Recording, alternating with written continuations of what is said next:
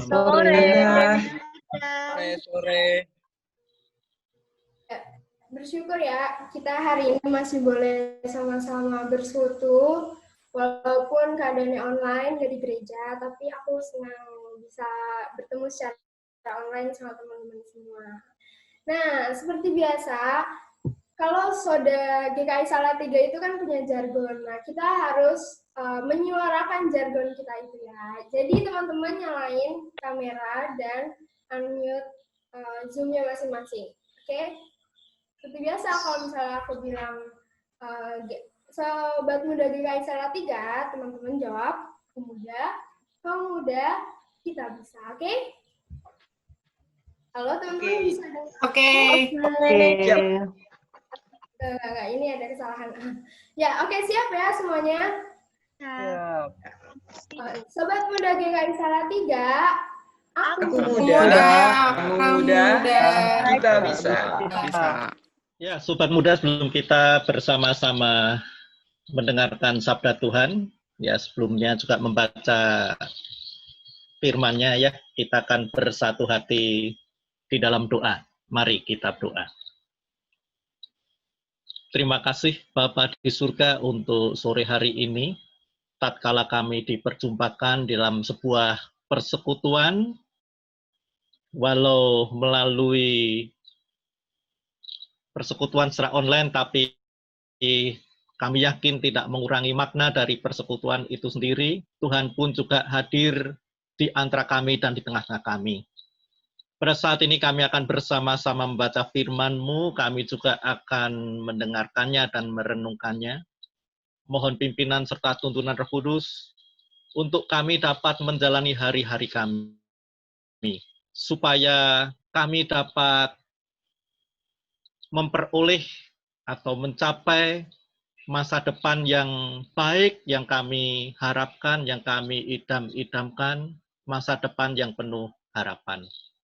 Apa yang kami harus perbuat, apa yang kami harus lakukan. Kiranya firman-Mu memberikan tuntunan kepada kami, serta pegangan hidup untuk kami dapat melakukannya di dalam kehidupan kami ini. Mohon berkat-Mu untuk firman dapat diberitakan dengan baik, jaringan juga dapat berjalan dengan lancar tanpa ada gangguan apapun. Di dalam nama Tuhan Yesus Kristus, Sang Firman Hidup, kami naikkan doa kami.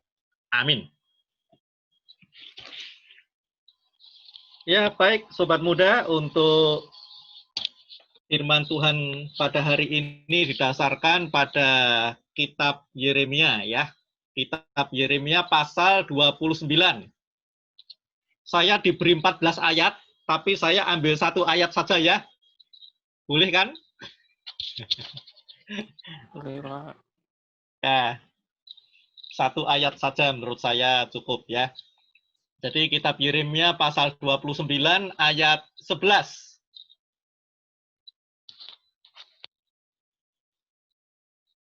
Saya akan membacakan untuk saudara-saudara sekalian. Sebab aku ini mengetahui rancangan-rancangan apa yang ada padaku mengenai kamu. Demikianlah firman Tuhan. Yaitu rancangan kamu dan bukan kecelakaan. Untuk memberikan kepadamu hari depan yang penuh harapan. Ya, demikianlah sabda Tuhan. Yang berbahagia adalah setiap orang yang mendengarkan firman Tuhan dan yang melakukannya. Ya, Sobat Muda, tema kita hari ini adalah kalimat pertama dari NKB nomor, nomor berapa? NKB nomor 49. Ya, Tuhan yang pegang. Tak ku tahu kan hari esok. Tak ku tahu kan hari esok. Nah, siapa yang tahu hari esoknya masing-masing di antara saudara-saudara? Ada yang tahu hari esoknya akan seperti apa? Masa depannya akan seperti apa? Tidak ada ya? Tidak. Iya, tidak ada pasti. Kalau ada yang merasa ada, boleh dikasih tanda jempol di sini. Kalau ada. Tidak ada ya? Tidak ada yang ngasih tanda jempol nih.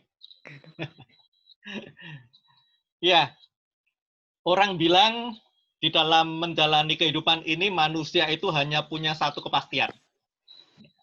Dan kepastian itu adalah ketidakpastian. Betul? Jadi manusia hanya punya satu kepastian. Dan satu kepastian itu adalah ketidakpastian. Ya, coba yang siapa yang menyangka ya kalau pada saat ini tiba-tiba muncul virus COVID-19 yang tiba-tiba harus merumahkan kita. Yang memaksa kita untuk jaga jarak, tidak boleh kumpul. Sehingga persekutuan pada saat ini salah satunya kena dampaknya ya. Harus dari rumah masing-masing secara online. Siapa yang menyangka akan terjadi hal seperti ini? Ya, selain itu juga mewajibkan kita kalau keluar pakai masker ya, keluar dari rumah dan sebagainya. Nah, ini tidak masuk dalam rencana kehidupan kita, bukan? Tidak pernah terbayangkan sebelumnya bahwa kita akan ya dikurung di dalam rumah atau bersekutu dengan caranya seperti ini.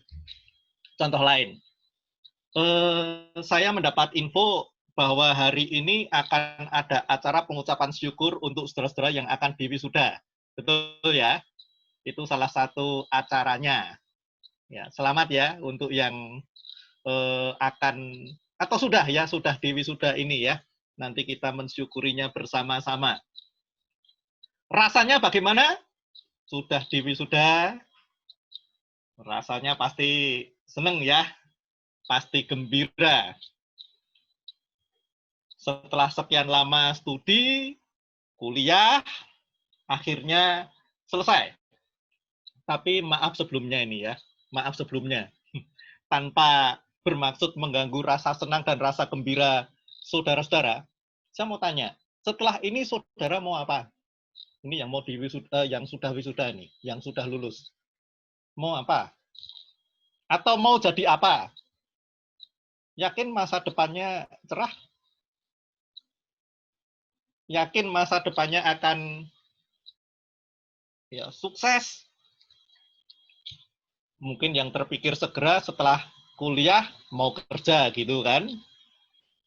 Nah, faktanya sekali lagi maaf, ini tidak bermaksud mengganggu kegembiraan ya. Faktanya mencari pekerjaan itu susah.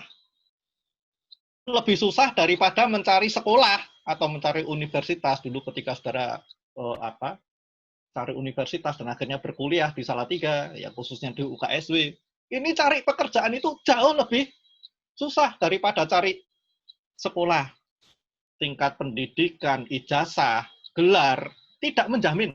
Ya, tidak menjamin seseorang pasti akan mendapatkan pekerjaan, apalagi mendapatkannya dengan mudah. Buktinya saat ini banyak juga yang disebut pengangguran intelektual ya. Jadi titelnya tinggi, sarjana, nganggur, tidak punya pekerjaan. Sekali lagi, maaf, ini tidak bermaksud mengganggu kegembiraan saudara-saudara yang baru saja menyelesaikan studi dan sudah di wisuda. Ya, tujuan saya sebetulnya hanya menyampaikan fakta dan saudara-saudara termotivasi untuk bisa mengatasi situasi yang seperti ini. Situasi yang banyak sekali terjadi. Ya, sudah lulus tapi malah akhirnya jadi pengangguran intelektual tadi itu ya. Nah, kalau tadi saya mengatakan satu kepastian yang pasti adalah ketidakpastian, maka saya sekarang mau menyampaikan satu kepastian yang lain, yang pasti sebagai orang-orang beriman. Apa itu? Bahwa di dalam ketidakpastian itu ada satu kepastian. Apa kepastian itu? Yaitu Tuhan menyertai kita. Tuhan ada bersama kita. Tuhan ada bersama saudara-saudara. Could be with you. Dan Tuhan yang demikian itu tadi menyatakan janjinya. Ya, janjinya adalah, saya bacakan ulang ya. Sebab aku ini mengetahui rancangan-rancangan apa yang ada padaku mengenai kamu. Demikianlah firman Tuhan, yaitu rancangan damai sejahtera dan bukan rancangan kecelakaan, untuk memberikan kepadamu hari depan yang penuh harapan. Jadi Tuhan menghendaki, Tuhan bermaksud terkait dengan masa depan, memberikan kepadamu hari depan yang penuh harapan. Tapi sekali lagi, kalau kita melihat sebuah ayat ya, kita harus melihatnya secara utuh dalam konteksnya. Dan saya ingin mengajak saudara-saudara melihat ayat ini secara utuh ya, di dalam konteksnya, bahwa ayat ini merupakan bagian dari surat Yeremia kepada orang-orang Yehuda yang berada dalam pembuangan di Babilonia.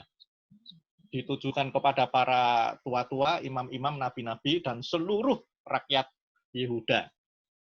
Dan janji pemulihan tentang masa depan yang cerah, yang penuh harapan itu tidak datang dengan sendirinya.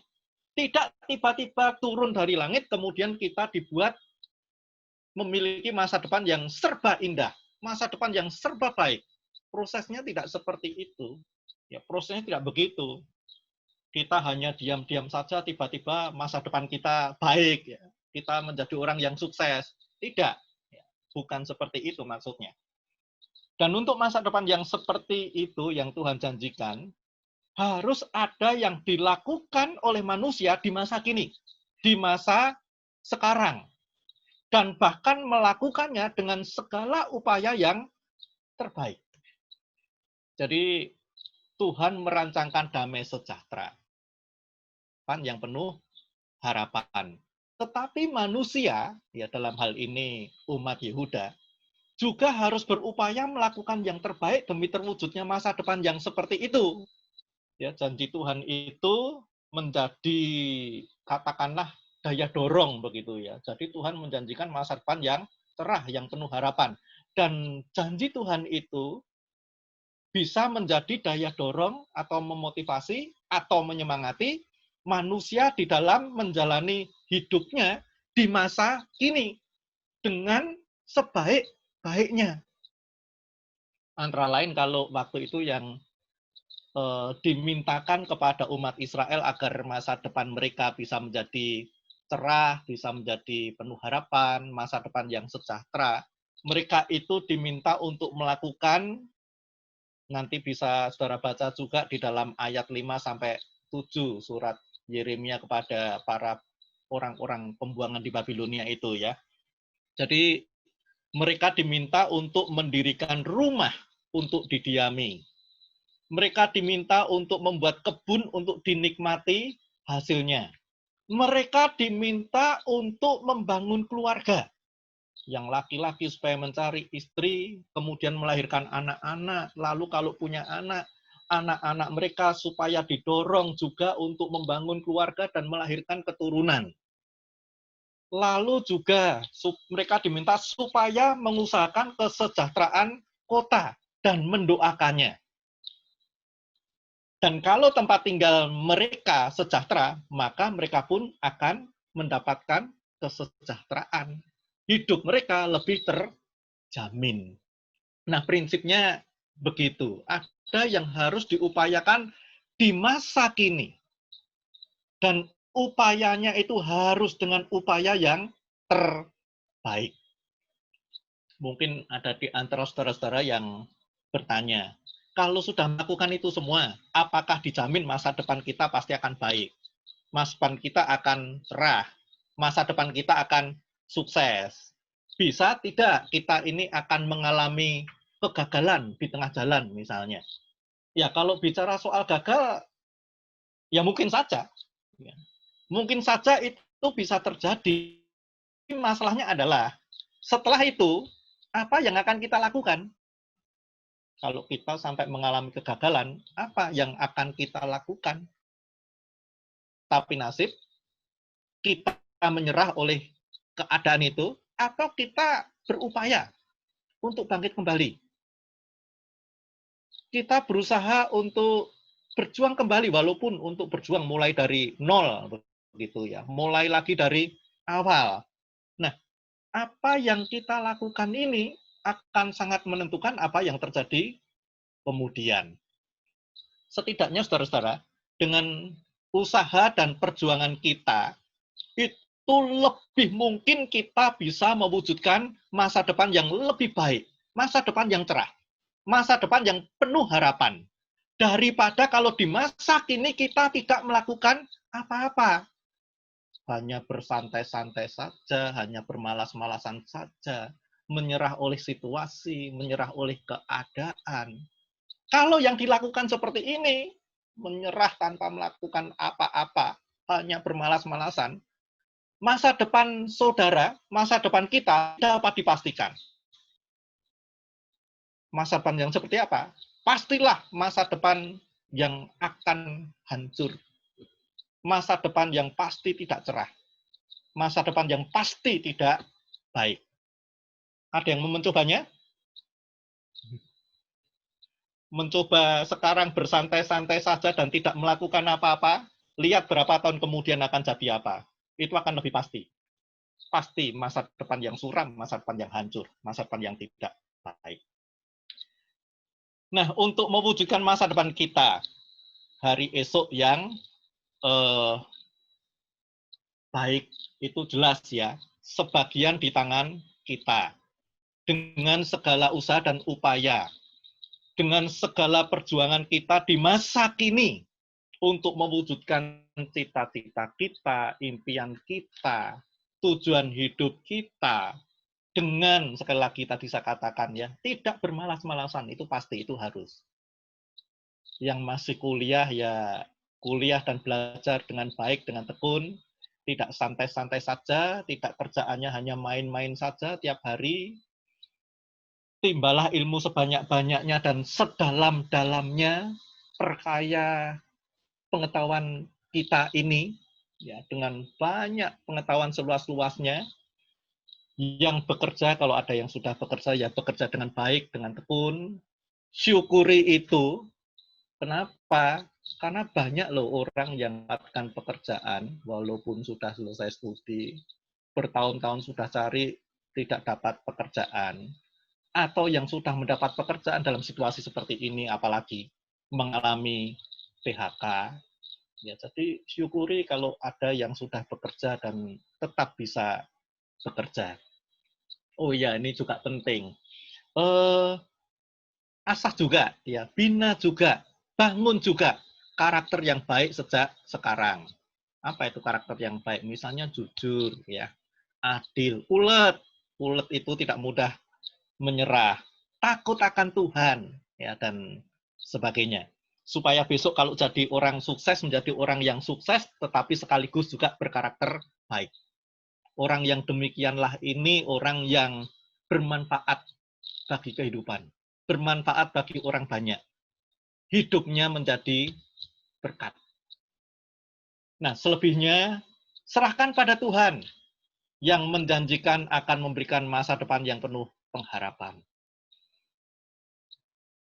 Kita serahkan kepada Tuhan untuk melakukan apa yang menjadi bagiannya. Kalau saudara masih ingat renungan saya yang terakhir di Soda waktu itu, dalam bentuk audio, masih ingat ya yang soal tangan ini ada garis tangannya. Kemudian menggenggam ya, kalau kita genggam ada yang di dalam genggaman tangan kita, tetapi ada juga yang di luar genggaman tangan kita. Yang berada dalam genggaman tangan kita, upayakan itu dengan sebaik-baiknya.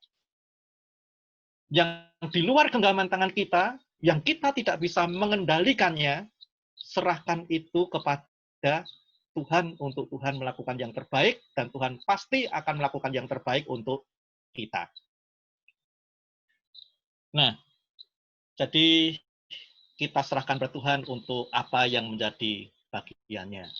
Kita bisa terus mendoakan ya apa yang kita lakukan di masa kini, apa yang akan kita lakukan, untuk apa yang menjadi impian kita, yang menjadi cita-cita kita, yang menjadi tujuan hidup kita. Kita juga mohon perkenan Tuhan, mohon agar Tuhan memberikan kemampuan untuk kita dapat mewujudkannya. Dan mohon Tuhan untuk selalu melindungi kita di dalam penyertaannya tiap hari kepada kita. Dan kita terus melakukan dan berusaha mewujudkan apa yang kita doakan itu. Ya, pengabulan doa itu seringkali terjadi, ya, sekali-kali bisa terjadi mukjizat. Tetapi pengabulan doa itu seringkali terjadi juga karena upaya kita untuk mewujudkan apa yang kita doakan. Sehingga kita bisa berjalan ke masa depan bersama dengan Tuhan yang menginginkan masa depan yang penuh harapan bagi kita dengan segala upaya kita itu. Sehingga pada saatnya akan terjadi masa depan yang penuh harapan itu ketika kita berjalan beriringan dengan Tuhan menuju ke depan. Amin. Teman-teman, audionya boleh dinyalakan juga karena kita sudah selesai. Jadi kita bisa berbincang-bincang. Selamat malam minggu, Sobat. Selamat malam semuanya. Buat kakak-kakak yang udah Hitung wisuda. nih, siapa yang hitung? Dan sukses selalu buat kakak semua yang wisuda. Oke. Siapa yang foto, Kak? Yang foto nanti dari tim Yonatan ya. Aku yang hitung ya. Timotius saja. Oke. Udah siap tim Yonatan ya? Oke, kita hitung dari 1, 2, 3.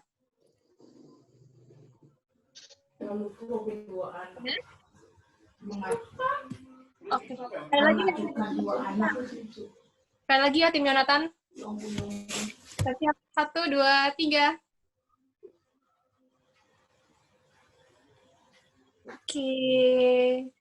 Yeay. Oke, terima kasih Sobat Muda sudah mengikuti ibadah sampai akhir. Tuhan Yesus memberkati. Ya.